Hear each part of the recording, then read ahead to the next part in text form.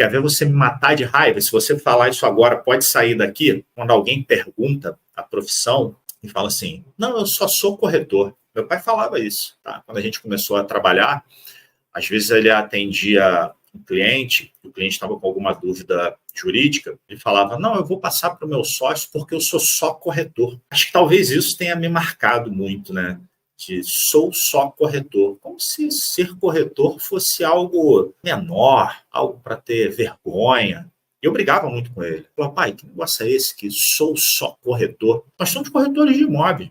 A gente está falando aqui de um mercado que mexe atualmente em 6% do PIB brasileiro. A gente viabiliza o sonho dos outros, cara. Minha casa, minha vida, casa verde e amarela, quem casa quer casa. A casa tem um significado social muito grande e a gente simplesmente mexe com isso no nosso dia a dia. A gente viabiliza a realização desses sonhos. Como assim eu sou só corretor? Eu quero chamar a tua atenção para o seguinte, aqui na mesma esteira do sou só corretor, eu falo que a nossa atividade, falo isso baseado em fatos, obviamente, ela é calcada em um tripé básico, que eu chamo de ancoragem LDJ, que significa lei, doutrina e jurisprudência. Vamos lá, Rafael, vamos esmiuçar isso aqui para entender. Lei, doutrina e jurisprudência. Tá, falando de locação de imóveis, né? Vamos limitar o nosso tempo. Se eu vou trabalhar com locação de imóveis, eu preciso, de fato, minimamente, mas não só,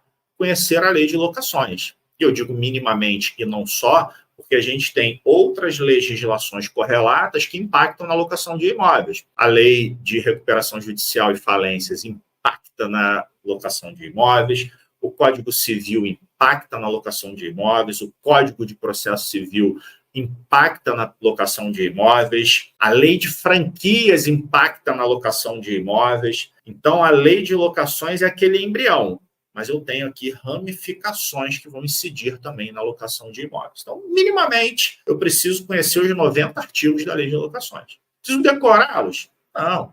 Vai ler, cada dia você lê um pouquinho, só para você ter familiaridade com a lei, saber estruturalmente aonde se encontra a parte geral, locação residencial, não residencial, por temporadas, ações locatícias, porque nem o juiz, quando vai julgar um caso, ele sabe tudo de cabeça, vai olhar lá na lei. Então, nós aqui também não precisamos gravar nada de cabeça. Com o tempo, de tanto ler, você acaba gravando, mas isso não é uma necessidade.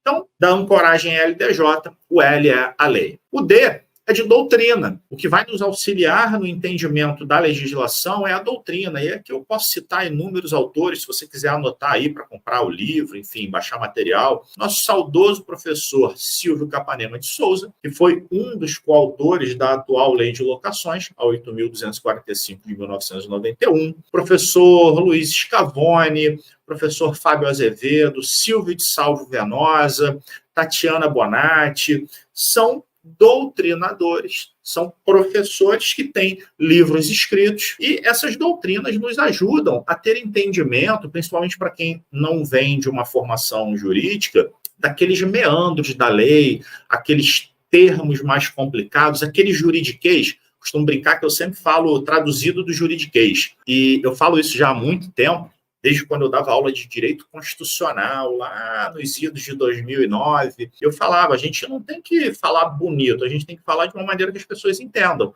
E há pouco tempo atrás, o ministro do STF, Luiz Roberto Barroso, falou sobre o Kama Sutra jurídico, que as pessoas tentam falar de uma maneira tão pomposa no meio do direito, que o negócio vira um Kama Sutra, que até para o juiz é ruim. Então, a gente tem que falar de maneira clara, vai ficar falando expressões em latim, em alemão. Isso é muito bonito para quem acha dentro do livro, sei lá, numa discussão acadêmica, mas na nossa prática aqui do dia a dia, não é nada bonito ficar falando em latim, parece, isso traz uma coisa assim, pedante, olha, eu falo latim e você não. Então, eu vou usar até uma outra expressão aqui, mas bem educadinho, pedante. Acho pedante se ficar falando muito juridiquês. E o terceiro da ancoragem LDJ é o J, que é a jurisprudência. E é aqui que geralmente eu encontro uma barreira que os colegas corretores de imóveis falam assim, não, Rafael,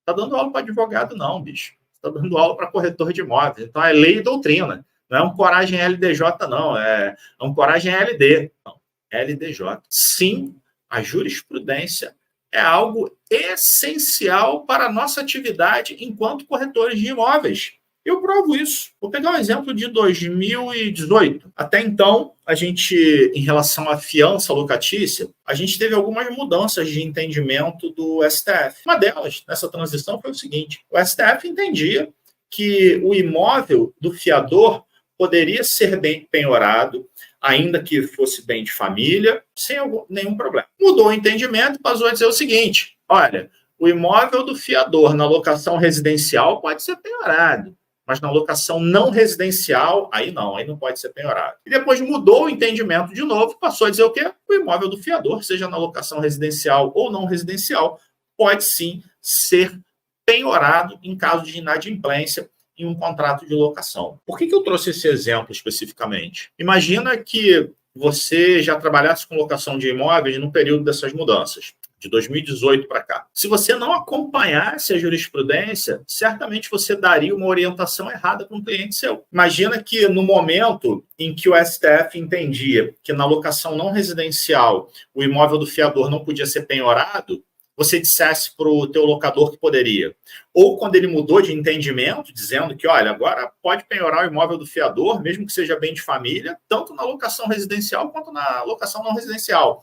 E você dissesse para o teu locador que na locação não residencial não pode penhorar o imóvel do fiador. Então veja como é importante você sim conhecer a jurisprudência. Sim, o corretor de imóveis precisa conhecer jurisprudência.